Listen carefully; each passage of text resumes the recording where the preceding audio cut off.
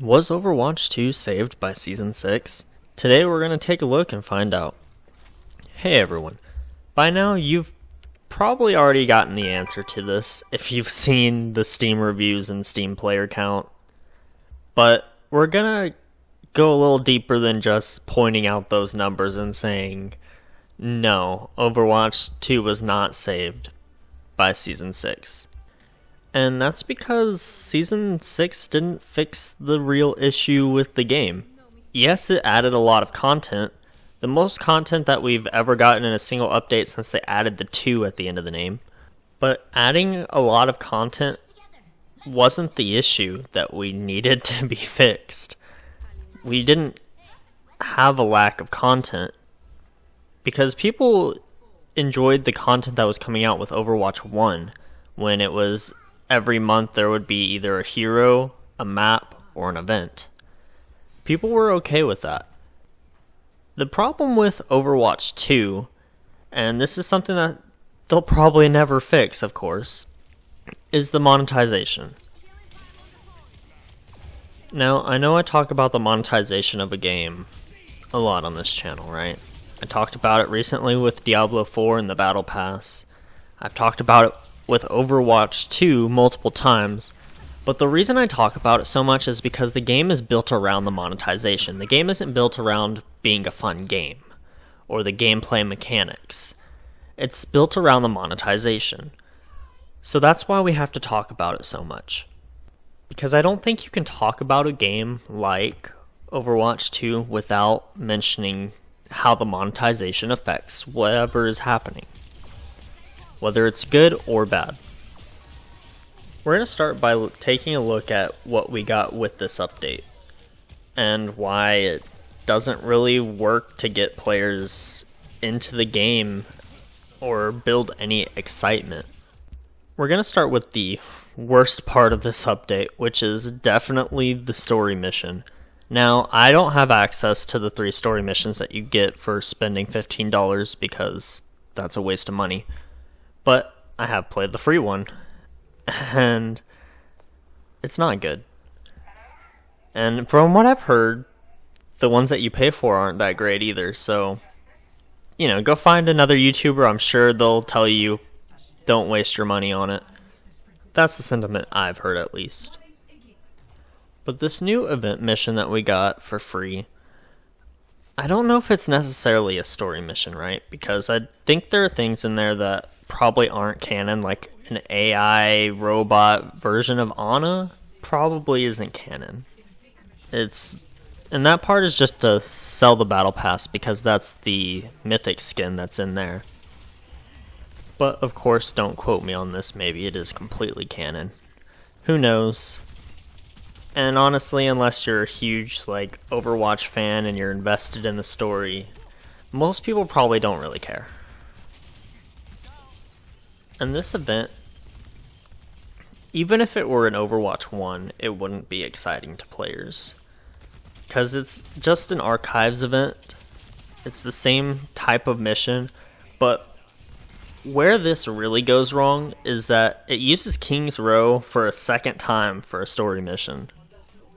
Which, when you have so many different maps, and you could even make a custom map, I mean, these missions aren't very long. They could do something different and new, and they don't. They reuse maps, and they've used this one twice for story missions.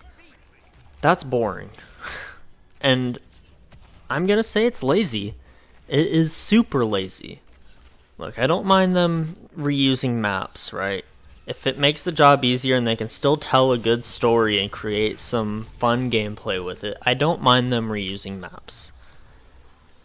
But to reuse a map twice when there's only 4 story missions that even exist, I'm gonna call it lazy. It's similar to a problem that I had with Destiny, where you would play through the campaign and then the DLC would have you go backwards through missions in the areas that you already explored. It's lazy. It is. I mean, yeah, it saves the company time and money, but it hurts the players. Or maybe not hurt, that's a little strong, but you get what I mean, right? It doesn't feel good to play that as a player because it's supposed to be something new, and this doesn't feel new. They did add new enemy types with this though, and as much as I would like to say, yay, something new to fight, they are some of the most boring enemies I've ever fought in a video game. They really are.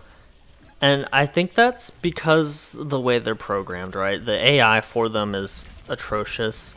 They sort of just walk towards you or just stand there and try to snipe you. They're real boring. You even have these, I don't know, I want to call them transformers. They turn into like jets and fly around. I don't know, it's weird, but even those aren't exciting to fight. You have these stalker female looking robots that suck you in and, I don't know, kill you. Which we saw a long time ago in early videos for the story missions. So it's nice to see that they kept that character. But it's not an exciting enemy to fight against. You know, I know what they were going for with it feeling kind of like a Left 4 Dead. But they didn't execute it like Left 4 Dead did. In fact, nobody can execute it like Left 4 Dead, apparently. Look at Back 4 Blood. But I see what they were going for, and they couldn't do it either. Blizzard couldn't manage to do it either. No surprise, given Blizzard's recent track record. They can't seem to really do much of anything, to be honest. But that aside, you know, the enemy looks cool, I guess. But it's just not exciting to fight. You know, when a stalker gets you in Left 4 Dead, you know, you're yelling for help from your team to shoot the tentacles and shoot the enemy, you know? There's nothing. You're just slowly getting pulled towards the enemy, and it's like, well, I guess this is it, unless somebody comes and boops her away. Like, I don't know, it's just not the same feeling. And the objectives that you have to complete while you're fighting these boring enemies are boring themselves. Collect batteries and take it to a robot, and then you escort the robot to a point where you stand on a point, and then you kill an Orisa and an Ana, and the mission's done. It's not exciting. It's not fun. You go through it once and you go, well, I did that, and then you never want to touch it again. But you have to because there's challenges. To get a legendary skin for Brig, that's not that great of a skin if I'm being honest. It's okay. I think this story mission was incredibly half-assed, like a lot of what Blizzard's been doing. So it's not really a surprise. I didn't go into this expecting to be playing something incredible. I knew it was going to be lazy, and I knew it was going to be boring. I just didn't expect it to be that boring, you know? So that's the first reason why nobody's getting excited for this, because the story mission that they've been promising and hyping up is nothing. So now we're going to go into the game mode next.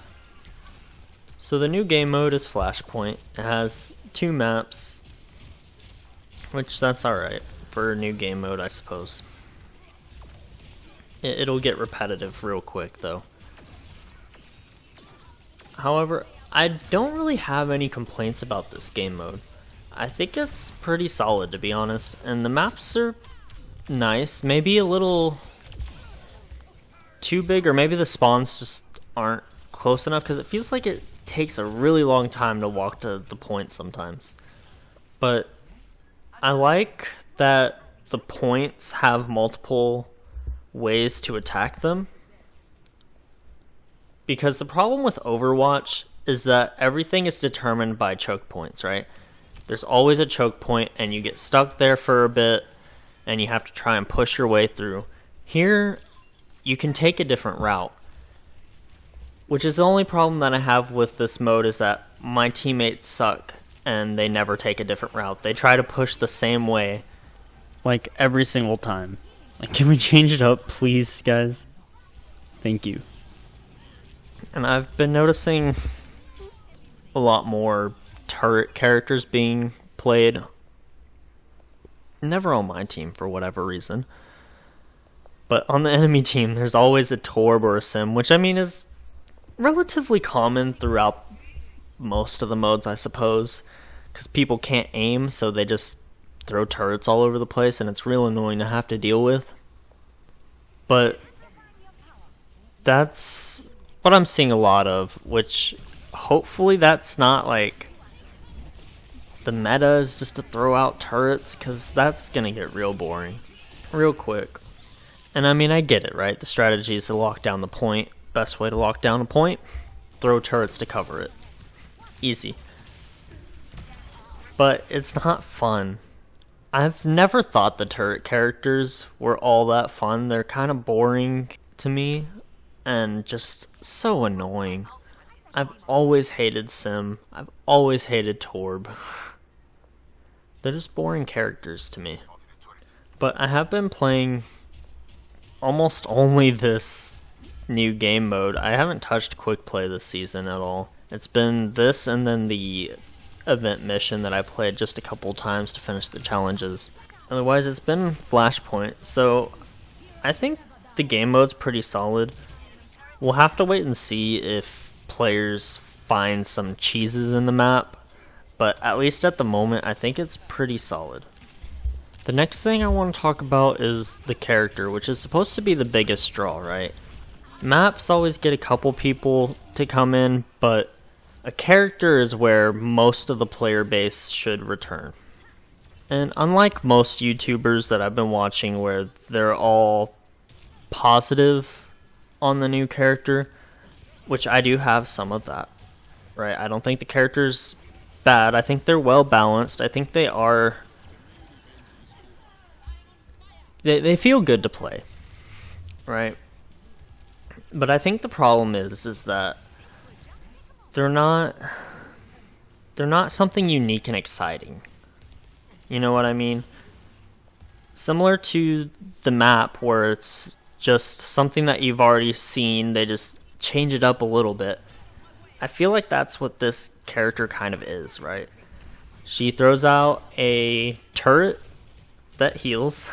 So, you know, there's nothing truly special about that other than it heals people.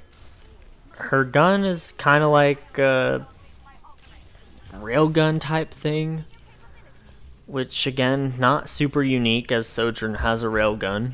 She has a knockback ability, which she can use to move around. Similar to Junkrat's concussion mine, how he can fly around with those. And her ult lets her fly for a little bit, sort of like Mercy or Sigma. And she shoots one, I don't know, solar ball thing, which explodes on impact, marking everybody, and then you do damage to those people and they explode. That's probably the most unique thing that she really does. But it's not something that's super exciting. Because you noticed how I could compare her abilities to other characters that already exist in the game, right? It would be more exciting. Like, they don't have to come up with like the craziest, never before seen stuff. But it would be a little bit more exciting if I had comparisons from games other than Overwatch, you know, something that wasn't already in this game. You know, so that would feel fresh and new for Overwatch.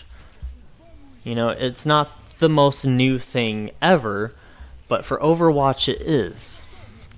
And we don't get that with this character. I can compare her abilities to characters that already exist in this game. And so it doesn't feel exciting and new and fresh. It looks like we just got a character model and they just took a couple of abilities from these characters, changed them up a little bit, and threw them on this character. Which is essentially what they did, I suppose. And I know that they do that with some of the other characters that they've released, right? When Orisa first came out, everybody was calling her Grav thing, which there it is, the name. A mini Grav, which is compared to Zarya's Grav. So, I mean, they'd done this before where they sort of just take stuff from other characters, switch it up just a tiny bit, and they're like, instead of it being an ult, it's an ability now. Which I've never liked for characters. I've always thought that was kind of lame. Where it's like the first few characters that they added were fresh and new, right? We didn't have any characters like Ana or Sombra in the game. When those two characters first came out, they were completely new to this game. Their kits could probably be found in a million different other games, but in Overwatch, they were new. And that's what I liked about those characters. They were super exciting to go and play. This character, I don't think she has that. But she is well balanced. You know, my first game that I played with her, I think I went 17-0, which is pretty good for not knowing any of her kit. So I don't think she's an awful character, and I do like that we have another medic to pick from, right? That part of the roster has always been lagging behind. And we have plenty of medics to pick from now, which is great. She puts out a tremendous amount of healing. I mean, it is insane how easy it is to keep teammates alive when you have the pylon and your healing beam on somebody. That person cannot die. It's not gonna happen, which is pretty cool. I like that. Even though I think it's just a discount sim turret that they just made it heal instead of damage, I do like how she feels to play. She's not exciting. I don't feel like she's like, ooh, I can't wait to check out what she does. Like, it's like, but she's fun to play. Just like all the other characters, they're fun to play for the most part, except for Sim and Torb. That's all I have to say about the new character. She's fun to play, but nothing exciting or spectacular about her. With this update, we also got a progression system back in the game, which they do not get points for adding something that they took out and should have never taken out, by the way.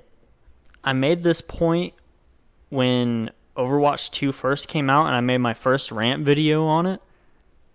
People like to see the numbers go up. Keep a progression system in there. It doesn't even have to do anything other than change, the emblems on things. You don't actually have to give out rewards, although it would be nice. I would like it. But you don't have to. People just like seeing numbers go up. It's real easy. We're real simple creatures. And I'm glad it's back in, but it should never have been taken out in the first place. Having a progression system in your game, even if it's something simple, provides a better feedback loop for the player as they see numbers increase and they get the feeling that they are improving, which creates more engagement with your game. And it gives the players another goal to accomplish, right? Because before with Overwatch 2, there wasn't really a goal other than just play the game and try to have fun. There's nothing to strive towards. With a progression system, there can be something to strive for. Try and hit the max level or whatever, Whatever the progression system is. Overwatch 2 just had a battle pass. That was the progression. Make it through the battle pass. And that's not enough. A progression system really helps because a battle pass you have to pay for. You're not just progressing a battle pass. You then have to spend money for it. This is something that people can progress for free for hopefully a long time. and it just creates more engagement with the player base. As a game studio and a business, you want people to engage with your product as much as possible. Simple. Don't know why they're struggling with figuring this one out. I'm not going to talk about the Battle Pass because, same shit, different season. I will admit the Ana skin does look kind of cool. I don't play Ana, so I don't really care. But as far as the mythic skins that they've released so far, I think this one's pretty cool. That's all I really have to say about that. Now to answer the question that was at the top of this video. Did Season 6 save Overwatch 2? I don't think that it did. I don't think releasing a large amount of content like this is going to save Overwatch 2 because they're not fixing the core issue, and the core issue is the way the game is monetized. They have to fix the monetization to fix this game. Every aspect of this game is built around trying to get your money, not trying to get you to have fun with the game that will then lead you to spending money because you're having a good time and you're willing to hand them money to keep having a good time. It's not about having a good time. It's about just opening up your wallet and sending the money their way. And until they fix that, there's no possible way that they could save this game by adding a hero, a game mode, a map, an event, anything. New heroes being locked behind a battle pass that you have to pay for, and I know you don't have to pay to get the character. You can grind it, but you can also just pay and get the character. That sucks. The price of cosmetics sucks. Putting story missions that only run you about an hour for doing 3 of them, it totals a little over an hour, sucks. Why would I pay for that? Not paying $15 for that. And that's why they're not doing very well. That's why they're getting review bombed on Steam. And it's not even review bombing. I'm sure there's a little bit of it, of course. But people are fed up. They want Blizzard to fix it. Now, I don't think the reviews on Steam are going to change anything because not many people are engaging through Steam anyways. The player count wasn't that high. So I don't think that's going to change anything. But it will allow people to vent and get out their frustration where the studio can see it. They probably won't, but they can. And I know they've discussed it a little bit. Blizzard came out and discussed it a little bit. But I honestly don't see them really caring about that part. As long as people are still handing them money for these cosmetics and battle passes and story missions, they don't really care what you say. You're still giving them your money. Stop that. But instead of just saying that everything sucks, how do we fix it? The easiest way I would say to fix it is let us use legacy currency to buy skins in the shop. Right now, as a long-time Overwatch player, I have no reason for the legacy currency in the Battle Pass. I've been playing for so long that I already have all the skins and other cosmetics that I want for that currency. So giving me that currency in the Battle Pass, there's no reason for me to grind for it. And I feel like a lot of other players are in that same boat, right? Most of us have been playing this game for years. So let us use that currency on the new cosmetics. You can even double the price of it, right? Because of course they still want to sell you the premium currency. But as it stands, there's no reason to grind out premium currency for weekly challenges to then buy one skin because it costs more than the battle pass. So by letting us use the legacy currency, it will give players more of an incentive to grind through the battle pass to get that currency, which will create more player engagement from everyone, because you wanna incentivize the free-to-play players to log in too. You don't want to just target and focus on the paid players, the people that are spending money on the skins, because that's a very small group of people, right? And whenever they put out the figures of who really spends money, I think it's usually like 1% of the player base actually spends the money. So most of your player base is free to play, most likely. So you want them to engage with the game as much as possible. And it's also going to increase player retention, because it gives those free-to-play players a reason to keep playing. Because right now, there's not a reason to keep playing. Once you check out the new content, you know, I'm just logging in to check out the new character and to check out the new game mode. After I've done that, there's no further reason for me to keep playing this game, as it doesn't feel rewarding. You know, you don't feel like you get anything for investing your time. Time is money, and you're investing your time into their game, so they should reward you for that. They should be like, hey, thanks for supporting this game. Here's some currency, buy some skins.